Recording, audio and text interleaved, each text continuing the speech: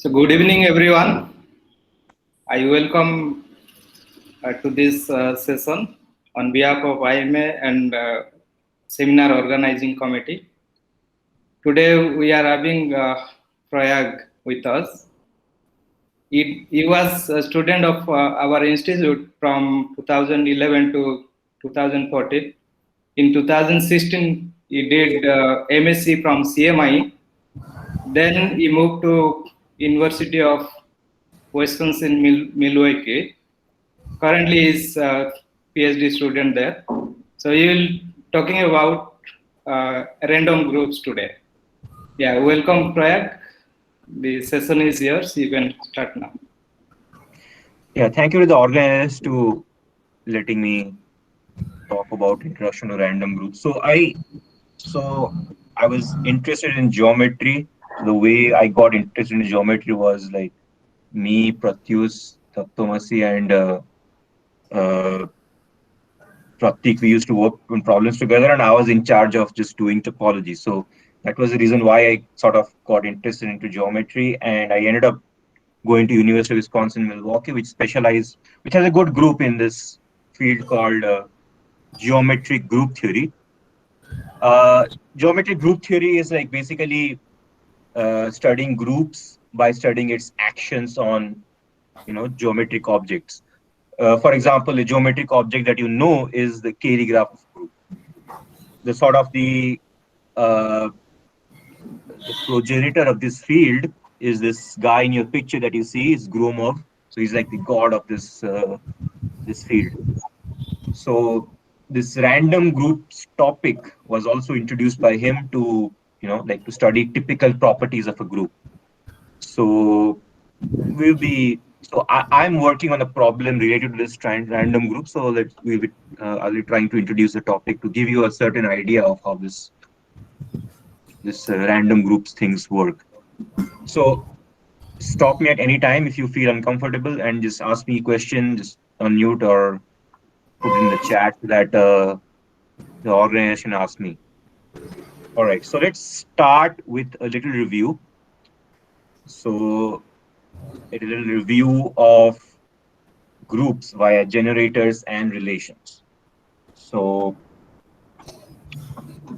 so a group that you very well know is the integer group Z, which can be written as a generate. It is really a one generator set with no relation. So A can go.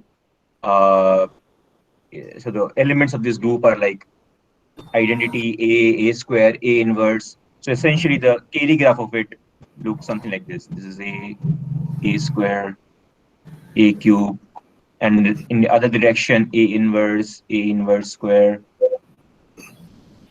A inverse cube, and so on. So another group that you know is Z2, which is also can be thought of as a one generator set, but now this will have a relation. Can somebody tell me what that relation should be if the group is Z2? Any for undergrads maybe?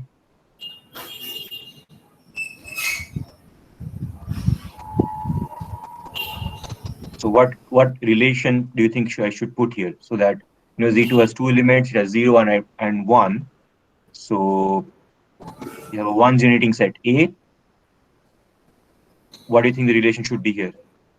It's going to be A square because you want, it's like 0, 1, and A square is identity. So that's the presentation. This is, I mean, if you are writing a group as a generator and relation, it's called a presentation. The Cayley graph of this will look something like this. This is identity. This is the element A, and that's it. It's joined by this graph because when you apply A to identity, you move to this vertex A, and you do nothing else because you're just two elements.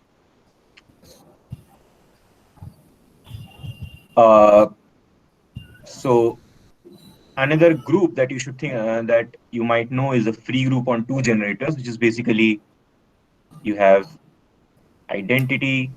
You can go Same thing that you did with Z before, because if you have one generator, it can go two ways. This is A squared, this is A cubed, and so on. This is like one generator running amok. A inverse square, A inverse cube, this way. And then you can draw the cross section as the other generator with B. So this is going to be B square, B cube, B fourth.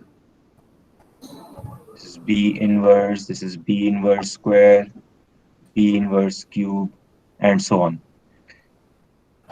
These are the two generators, but you see the new thing about this group is that you can have this B generating line also placed at A, like this. Or let me draw it the other way around. Let me draw it in a curved fashion. So I'm just redrawing, draw it in a different color maybe. This is the B line. So because I can do AB square, AB cube, because you don't have any relation. So you can draw that B line over here as well. Similarly, you can draw that B line over A inverse. And in any of this B lines, you can do BA inverse. So we have this, I kind of a little bit more space here. So that A line can also be drawn here. So basically, I'm drawing the Kerry graph of a free group. And here, and all these things, and then an A line can be drawn in one of these, and it goes so on. So I'm now drawing without colors. So this is how the Kerry graph of a group will look like. It's going to be a tree on it's a 4 part. I don't know the right word, whatever. The 4 tree. At any point there are 4 edges coming out of it. So that's the Kerry graph of a free group. Now, another group that is Z direction Z, which can be written as a presentation on 2 generators A, B, with the extra relation being added is that the commute, which is like AB is equal to BA. So in there, so the Cayley graph can be written as can be drawn as this grid of integers. And what is differing from this Cayley graph of F2 before is that you start with A, then go B, or start with B and then go A. You end up at the same point, which is really what commutation is telling you. And if you draw the Cayley graph, it will look like this grid. So you can think of these trees like join in those little vertices, and you make a grid like this. So essentially what Z direction Z is really this free group F2 quotiented out by the normal subgroup generated by this relation. Let's say A, B, A inverse, B inverse. So you are declaring it as identity. It's like whatever the normal subgroup generated by it is in F2, and you're quotienting it out. So this group Z direction Z can be written as a quotient of the free group. And so this was an example of a group being written as a quotient of a free group. But in general, it is true that any group can be written as a presentation of generators and relations.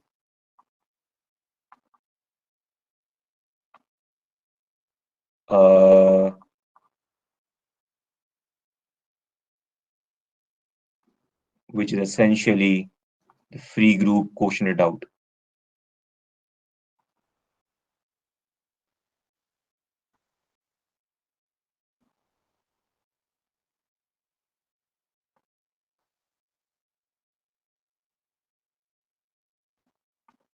Free group with appropriate number of generators. Here there are 2 generators. You might need more generators than that, but I think we'll be we'll be looking at 2 generators for today. You can do this for any n number of generators. Given a group, you have to figure out how many generators you need and how many relations you need, but you can always do it. Quotiented. So this is the idea that we'll be using. This is the way we will be trying to model our random groups. Any questions till now? We're just doing a review of generators and relations. Any questions?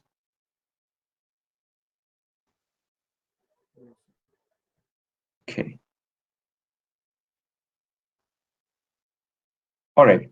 So let's talk about models of random groups. So let's look back at this. So this is a well-drawn picture of the Cayley graph of a of the free group F2.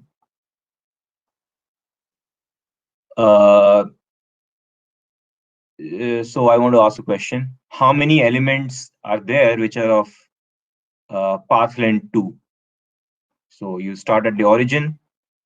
How many elements are there that are of order, not ordered, but length 2 here? So you start at the origin. So basically 2 length words. How many are there? Can somebody help me out here? So basically all the red points, right? Yes. Okay. Yeah, so how many? So Seems like there are 12. yeah. So it's 12 because for the first, so it's a 2-letter word, and for the first letter you have 4 choices, and for the second letter you have 3 choices, because once you have picked, let's say, A, you can't pick A inverse. You can't go back on your path. So that's why it's 4 into 3, which is 12 points. So if you have this, these are I have just point out those dots here. So it has 12 elements. Similarly, if you have, so this is a sphere, this was a sphere of radius 2. All words of length 2. Suppose I want to ask you how many words of length L are there. How will you figure that out? How many words of length L are there? Maybe one of our undergrads can, I think I'll cold call. Indra, who you can ask our undergrad to tell us what is the number of length L elements here.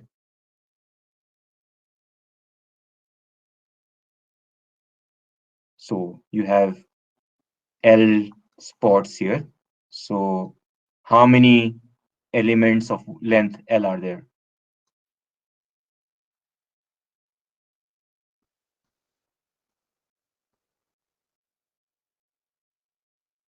Anyone? So will it be 4 times L to the, 3 to the L minus 1? Yeah. For the first one, you have 4. The next one, you have 3, just like before. And because let's say A, you chose then B. For the next one, you cannot choose the one before it. So let's say you can't choose B inverse. You have only 3 choices. So that's 3, 3, 3, 3, and so on. So it is 4 times 3 to the L minus 1, which is 4 over 3 times 3 to the L. So that's the number of length L elements here. So the important thing to note, so a thing to note here is that you have an exponential number of elements. So this is like, so you can think of it, 4 over 3 is really just a constant, and we can really treat this as 3 to the L. So a sphere of radius L has 3 to the L elements. So keep that thought in mind, and let me define the model of random groups, so density model of random groups. So fix a number D that inside 0 to 1 open interval. A random group at density D at length L is the group G presented by the two letters A and B, quotient out by a set R, and that R is really a 3 to a DL tuple of elements picked uniformly and independently among all elements of the sphere SL. So what that really means is, so you are making a process where you have this total of available words as 3 to the L. 4 over 3 we are sort of ignoring, and out of them you are picking uniformly and independently, which is basically with replacement, which is 3 to the DL element. So you have this 3 to the L elements on this ball here, and you'll choose 3 to the DL above 3 to the DL out of them. And each choice will lead to a group like this. All these blobs are groups or presentations, and together they will call this the family, let's say G script F2 LD. F2 because that's the group you are quotienting from, L because we are looking at elements of the or quotienting by words of length L, and D because D was fixed. So all these groups in this family have this common property that you choose 3 to the DL elements out of 3 to the L, and each choice leads to one of these presentations. So that's what a random group is. Any group here is a random group, and we will be trying to study. This topic is about trying to study generic properties of these groups. Most of these groups have a certain property, or most of these groups don't have a certain property, something like that. So that's going to I have be a question. Yeah. So you're constructing a groove and given L, any length. Right. You're constructing a group. You're randomly choosing a relation out of those 3 to the power DL tuple.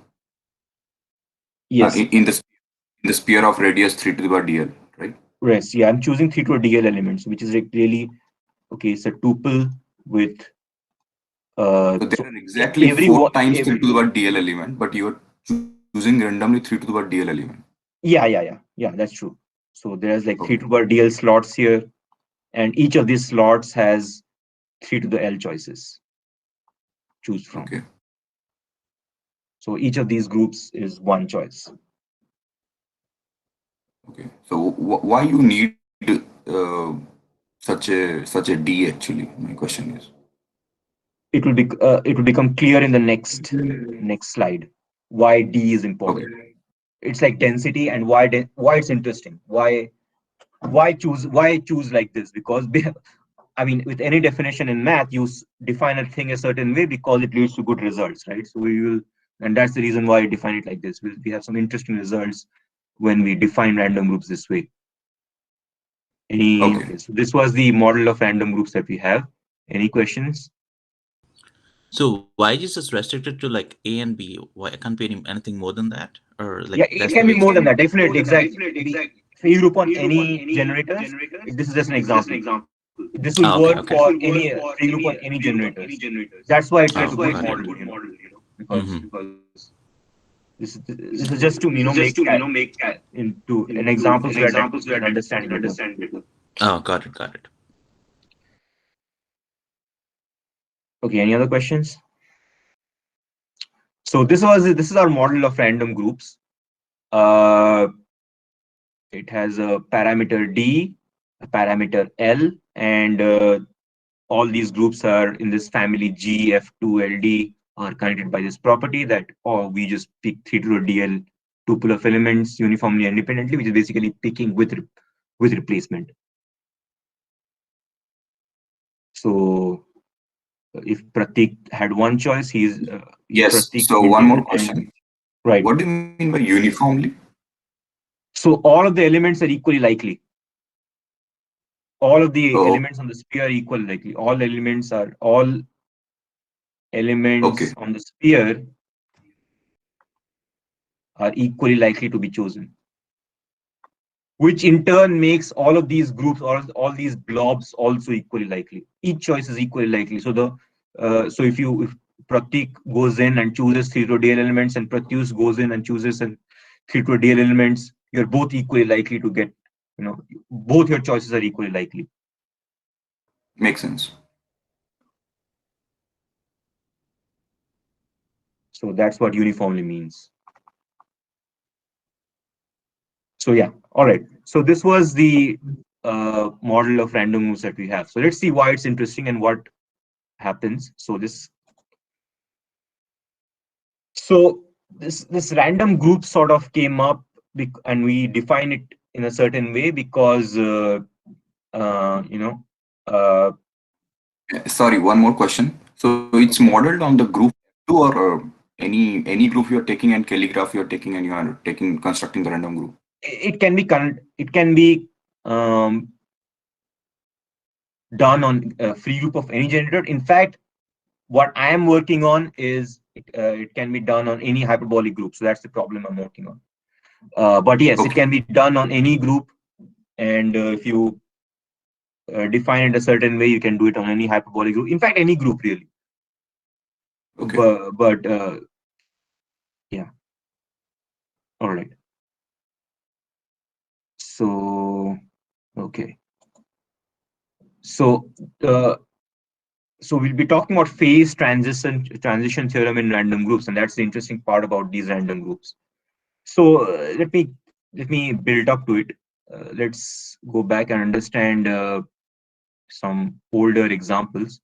So example of most objects having a certain property. For example, in math, you know that the number of irrationals, and let me use the word measure. Well, a number. Why not number? Yeah, number of irrationals. Measure. Let's use measure. Yeah, number is okay. Number of irrationals. Number means counting. So the measure of irrational numbers divided by the measure of the real line is equal to 1. Right? Because most of the numbers in your real line are irrational. So the measure of the irrational set is 1. So most real numbers are irrational. So that's an example of most objects having a certain property. And a old phase transition theorem that is from physics that is if you have water and if you do something, the water becomes gas. What is that something? So what do you need to do to make water into gas?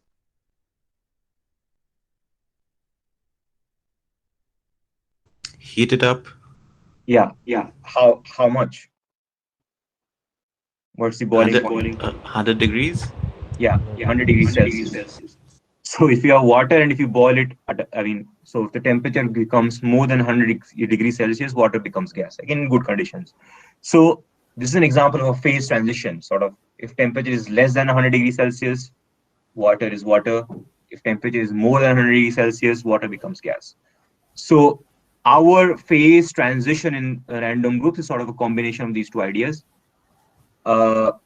Let's talk about a specific property. So let's say we in the definition we had to pick a density. If you pick a density less than half, something happens, and if you pick a density more than half, something else happens. So let's talk about what those things are.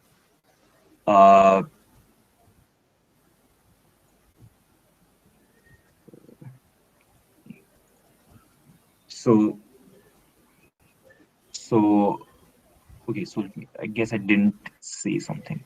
So in this model of random groups, I sort of missed saying something. as L increases, so we'll be studying the properties of these random groups as L increases, as L goes to infinity. So as L goes to infinity, the choices of elements that you have go to infinity as well, and the number of, theta dl, the tuple you choose is also infinite.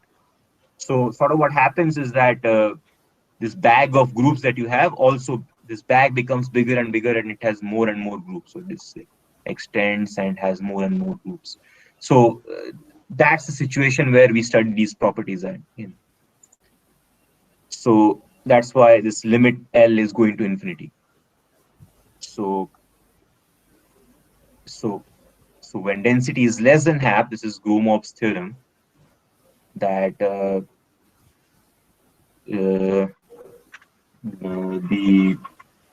number of groups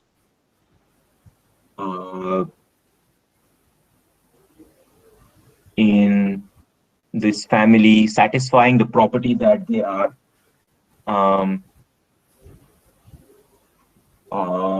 infinite and hyperbolic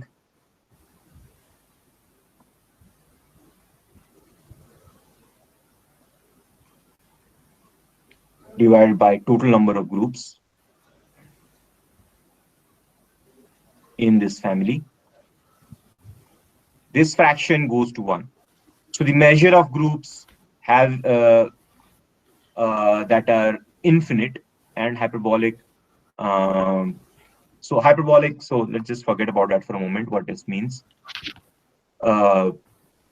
It is a certain technical definition. You might get to it if you have time.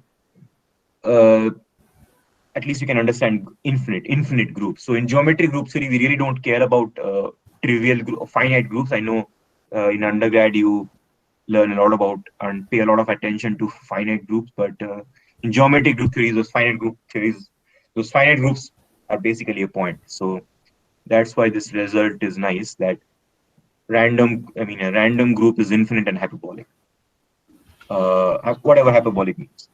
So as L goes to infinity, that's the only parameter we changed. D is fixed.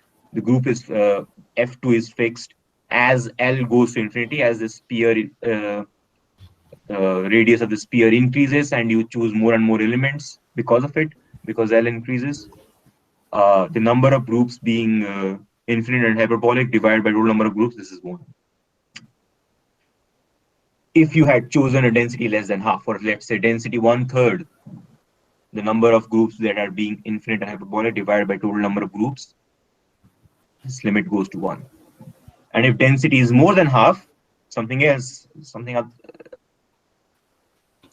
happens. So right.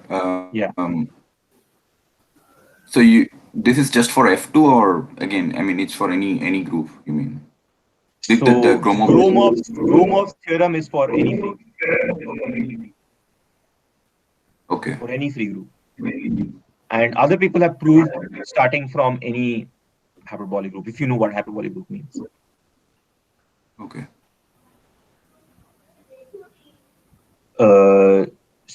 Right. So for any free group, and now something interesting happens for density more than half too, that the number of groups in GF2LD that are trivial. So for density more than half, they just die. Though these groups just die out, they become trivial.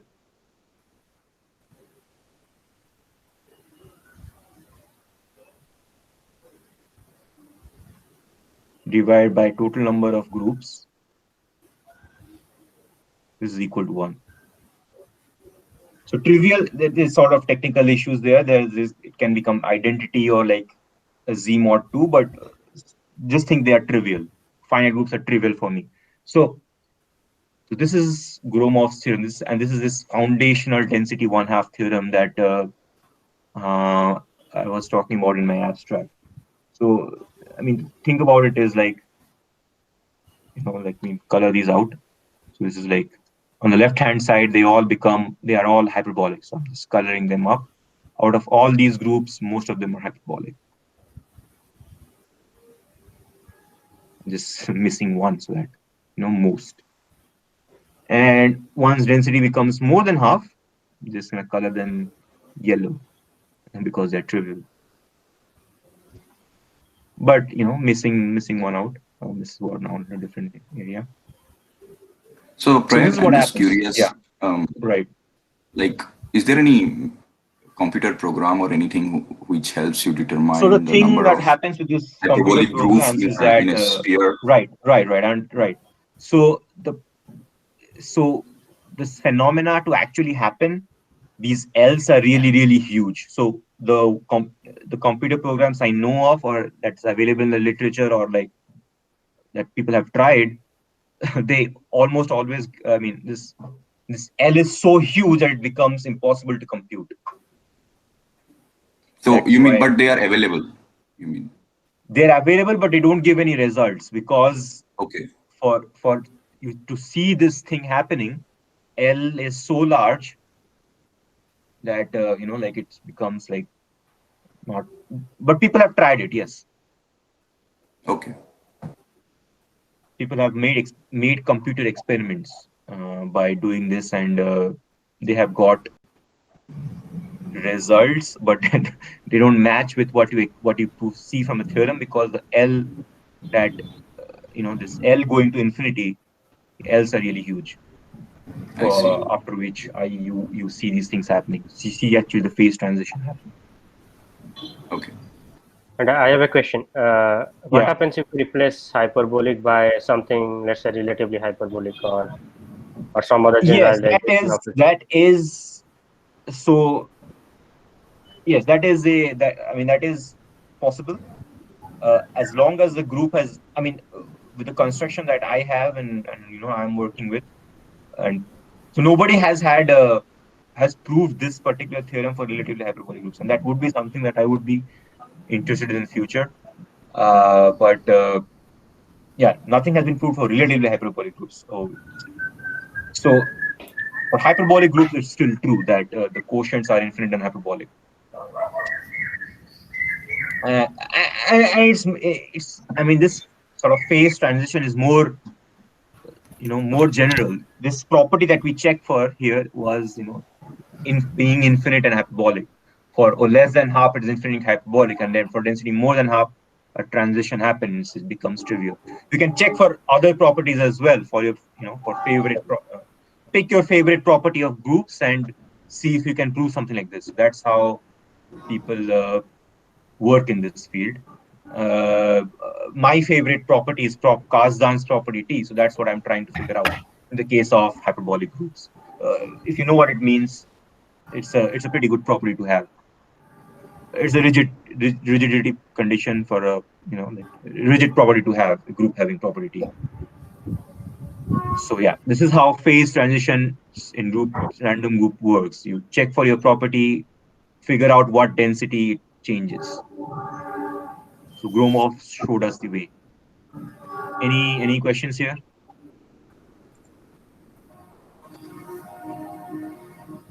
All right. So But what All right. if So about you density exactly half? yeah, that's a very Sorry. good question. So people have worked on. I mean, for density exactly equal to half, what happens is, people have worked on it, and this was a question that came up when this thing was invented or discovered.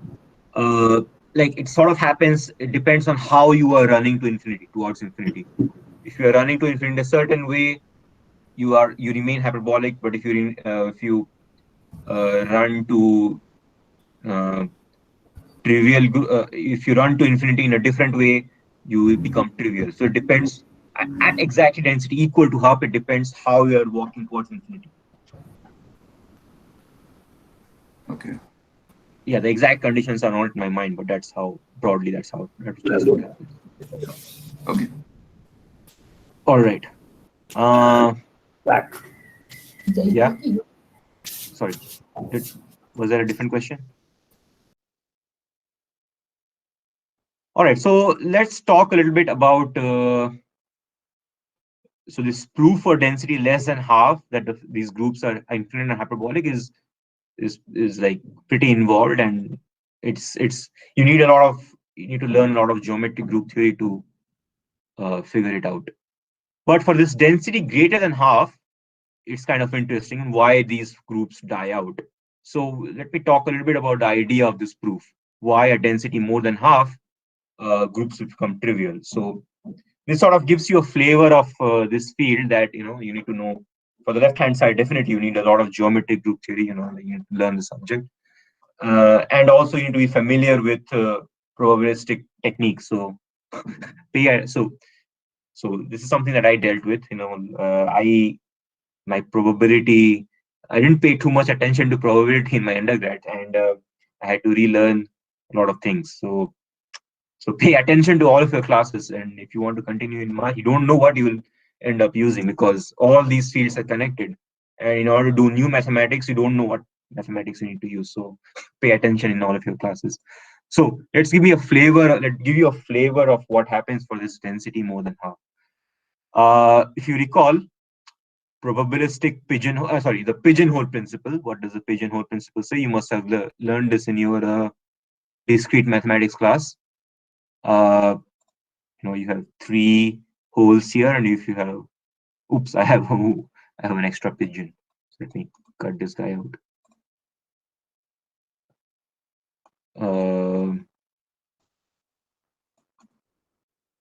You have 3 holes and 4 pigeons. So if you put 4 pigeons into 3 holes, what happens? There is a hole. What will happen if you have 4 pigeons? There's a hole which contains 2 of them. Yep. And that will happen. That will happen definitely. It's not a probabilistic statement. But so there is sort of a variation in this. So there is a probabilistic question that how many pigeons so if this number of holes is varying, let's call it n, and the number of pigeons is also varying. So if you want to if you want to compute the probability that you will have a hole which has 2 pigeons, then that's kind of the question. So if in n holes we put n to the half plus epsilon pigeons, then becomes a probabilistic question, and the probability that there exists a hole with 2 pigeons, this goes to 1 as n goes to infinity. And this is a fact. This is also called the birthday paradox. That it sort of says that if you have more than 20, okay, I don't have it here. Oh yeah, I do have it. If you have 365 days in the calendar, how many people do you need in the same room, let's say in a classroom, to have a high probability that you have 2 people with the same birthday? The answer is that if you have even 23 students in a class, the probability that you have 2 students having the same birthday, sharing the same birthday, is like more than half. So, and when this number becomes 50, so 50 people, this probability becomes like 0.97. So even with just 50 people, the probability that 2 people will share the same birthday, or if you have 50 pigeons, 50 pigeons, and you put more than, I shouldn't say n equals 50. N equals 365, and the number of pigeons is, let's say, even 50, then the probability that 2 pigeons land in the same hole it becomes 0.97. So I'll not be talking about the proof of this. If you look at your probability textbook, any probability textbook, I think we used to use Sheldon Roche in IMA. So if you just look up birthday paradox, this problem is there. It's an interesting problem, and there are plenty of variations with research being done on it even till now. So that's the birthday paradox, and yeah. So let's have a visual here. So let's say you have 16 holes. Where are my pigeons in the top? I don't know. My pigeons ran away. So if you have a, let's say, so here I have 16 holes. Right? I have 16 hole. Let's say square root of 16 is 4. So let me copy paste. I can make pigeons pretty easily.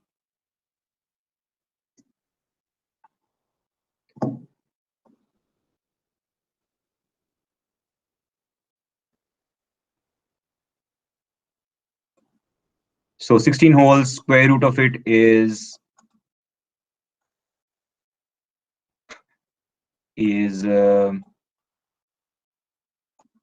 4. So if you have like 5 pigeons and you're trying to put them into 16 holes, the probability, I mean, this is a smaller example. We actually need more. The probability, I mean, you're trying to compute the probability that 2 land in the same. Here's one, here's one, here's one, here's one. So it died. All right, so that's the thing. As n goes to infinity, you have 2 pigeons lying in the same box. So how is this useful to me? Or how is this useful to prove this density 1/2 theorem? Sort of what happens. So the way you this is an idea of a proof, sort of vaguely. Sort of the way it will work is that if you try to put, so when you're picking your rand, you're making a group and you're picking from your available elements uniformly and independently. You pick 3 to dl out of 3 to the L elements for density more than half. So your holes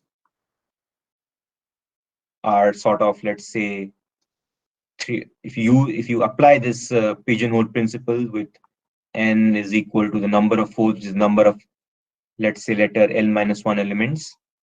It'll be clear in a minute why L minus 1. And your pigeons as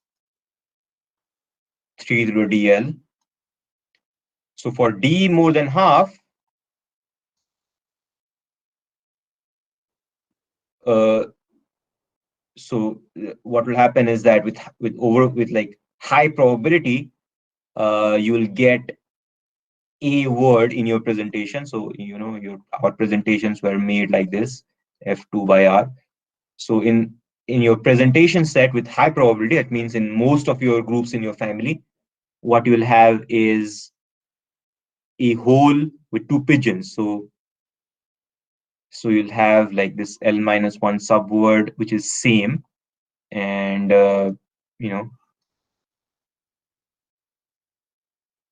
so you get with high probability 2 words whose L minus 1 tail is the same, and they only differ by the first element. Let's say the first element is A, the second element is B. So once you have this kind of if you put these 2 relations in your group, what happens? If you just cancel out, this tells you that A is equal to B. So a generator dies out.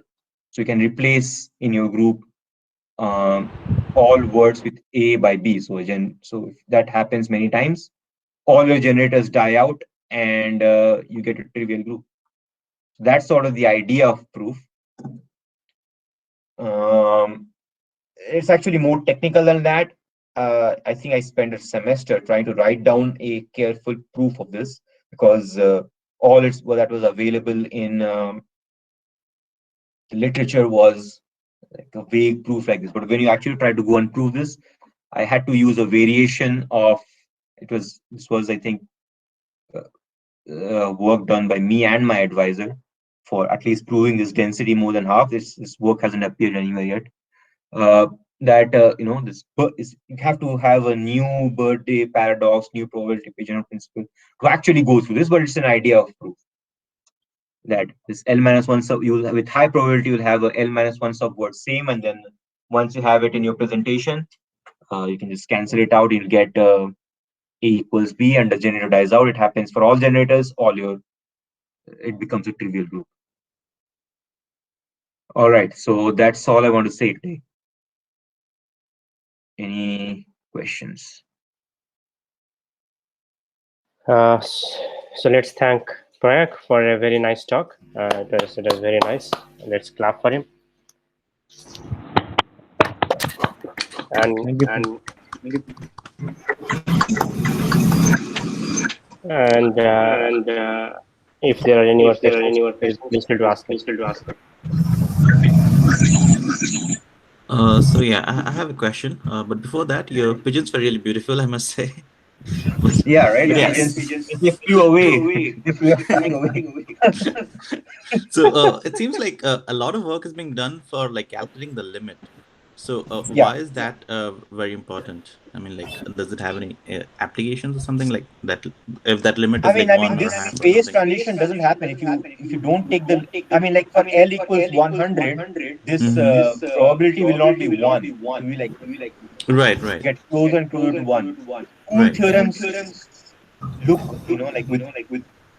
So this is what means by overwhelming probability. Cool theorems will like, okay, with probability one. Right. Like cool theorems don't say probability 0.8. So that's why we want to go to one. We want to have a theorem which says equal to one. So okay, so basically trying to say that like when like let's say d is less than half or something, then every group would be like hyperbolic, right? Yes, exactly. Okay. So that's the reason why what Gromov gave for his 10 newly defined hyperbolic groups. So most of the groups are hyperbolic, so you should better study them. So that's also the message I'll give it to our audience. Most groups are hyperbolic, so you better know what hyperbolic groups are. So we have a little bit of time. So hyperbolic groups really look like this. You have this free group is an example of hyperbolic group, and so what are hyperbolic groups? Well, if you pick 3 points in them, let's maybe pick this three, this one, this two, this three, and make a triangle. So what a hyperbolic group is that your triangles, each and every triangle is thin. What I mean by thin is if you take the union of two sides, they have to the union of side one, side two, the third sort of lies near it. You can look at this as a thin person. There's a little head. There are two legs there. It's sort of thin. So that's sort of the definition of hyperbolic groups. And if your K graph has thin triangles, it's hyperbolic. So if you know a little bit of hyperbolic geometry, the isometries of a hyperbolic space are an example of hyperbolic groups. So yeah. So maybe some you can like show something like which is not hyperbolic that way like. Oh yeah, right. So sorry. So this other thing was not hyperbolic. This Z2 is not hyperbolic. So because I think I have drawn a triangle here. So this is this A. So this is, let's say, 1. This is 2. This is 3. There are 3 sides of this triangle. This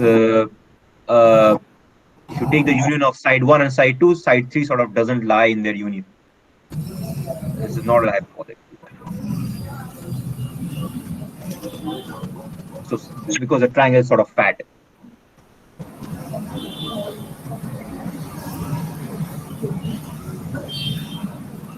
So basically, this is like Euclidean. So if you have, hyperbolic, you have Euclidean in them, you don't want no longer. So, yeah. Are you like kind of seeing it like a convex combination of something? No. Okay. It's exactly all triangles are thin. It's like so you have all your triangles are thin. And sort of, I mean, in general, in that three group example, they just simply lie. They lied in their union. In the general example, they lie within the neighbor of this union. That's the definition of a hyperbolic group. So my point is like how you're defining the union over here. Union is like, I do these blocks, right? It's like a delta neighborhood of this. Okay. Got it.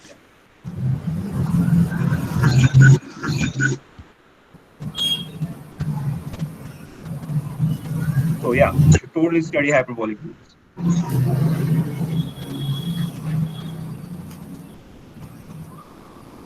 So I should keep my screen here.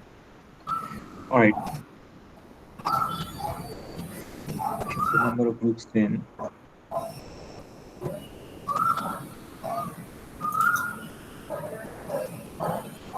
In GF2LD. All right. So any other questions? So I guess a good introduction to this is for study more about random groups. You should check out. This is just freely available in the it's online. January 2005 Introduction to Random Groups. Oh, that's good. You can get it from the net. Sorry, yeah, you can get it from the net. Yes, yes. From Jan Olivier. This is slightly dated because it's 2005, but this book is available online. Yeah. And you might also check out some videos. There are some IAS, Institute of Advanced Study videos. There's like 4 series of videos which you can by search online. Gulnara Arzan Seva, who is a geometry group theorist. Yeah. And in general, if you want to study or get a flavor of geometry group theory, you can check out. There are plenty of videos, of course, and but I really recommend this book. Office Hours. I know you how probably you know how to find out books online. Office Hours with I don't know if this is available in India yet. Office Hours with a geometric group theory. And really, it has lots of pictures. Lots of pictures is good because essentially being a geometer is thinking with pictures. So Office Hours with a geometric group theorist by some people. Just check it out. These are for random groups. Search online or check this book out. Yeah.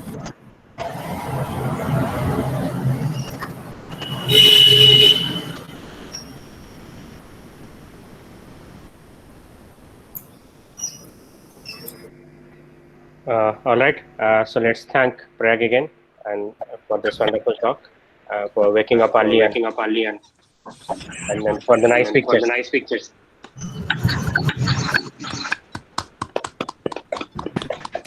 Thank you, sir.